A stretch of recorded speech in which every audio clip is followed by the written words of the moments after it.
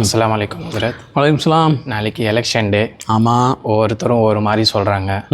ஒரே கன்ஃபியூஸாக இருக்குது. யாருக்கு ஓட்டு போடலாம்? முதல்ல நாளைக்கு ஓட்டு போட்டுறணும். கம்பல்சரி ஓட்டு போட்டுறணும்.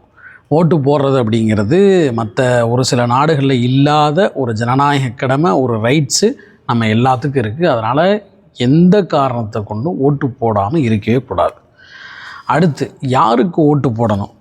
லாஸ்ட் 5 வருஷத்தில் நம்ம பார்க்கணும் தமிழ்நாடுடைய ஸ்ட்ரக்சர் எவ்வளோ தூரம் முன்னேறி இருக்குது, யாரால் முன்னேறி இருக்குது, யாரெல்லாம் மக்கள் பிரச்சனைக்கு குரல் கொடுத்துருக்காங்க, மக்கள் பக்கம் நின்றுருக்காங்க அப்படிங்கிறத அனலைஸ் பண்ணி இனி இவங்க வந்தால் அடுத்த 5 வருஷம் நல்லாயிருக்கும், தமிழ்நாடு மக்களுடைய பிரச்சனைக்கு குரல் கொடுப்பாங்க, மக்கள் பக்கம் இருப்பாங்க அப்படின்னு தோணுதோ அவங்களுக்கு நாம் வாக்களிக்கணும்.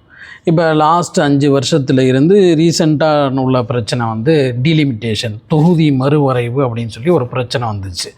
அந்த பிரச்சனை வரைக்கும் யாரெல்லாம் யார் பக்கம் நின்றுருக்காங்க, யாருக்காக குரல் கொடுத்துருக்காங்க, தமிழ்நாடு ஸ்ட்ரக்சர் யாரால் முன்னேறி இருக்குது, இனிமேல் இவங்க வந்தால் முன்னேறும் அப்படிங்கிறதெல்லாம் அனலைஸ் பண்ணி, சப்போஸ் நமக்கு தெரியல அப்படின்னா தெரிஞ்ச ஒரு 10 பேர்கிட்ட கேட்டு கம்பல்சரி ஓட்டு போட்டுறணும்.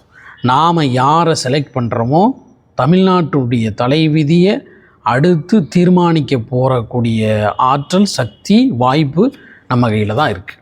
அதனால் நமக்கு தெரியல அப்படின்னா 4 பேர் தெரிஞ்சவங்கள்ட்ட கேட்டு நம்ம ஓட்டு போட்டுறணும். உங்களுக்கு எந்த தொகுதி? நம்மளுக்கு ஐநாவரம் வில்லிவாக்கம் தொகுதி. ஓகே, கண்டிப்பாக ஓட்டு போட்டுருங்க. இன்ஷா அல்லாஹ்.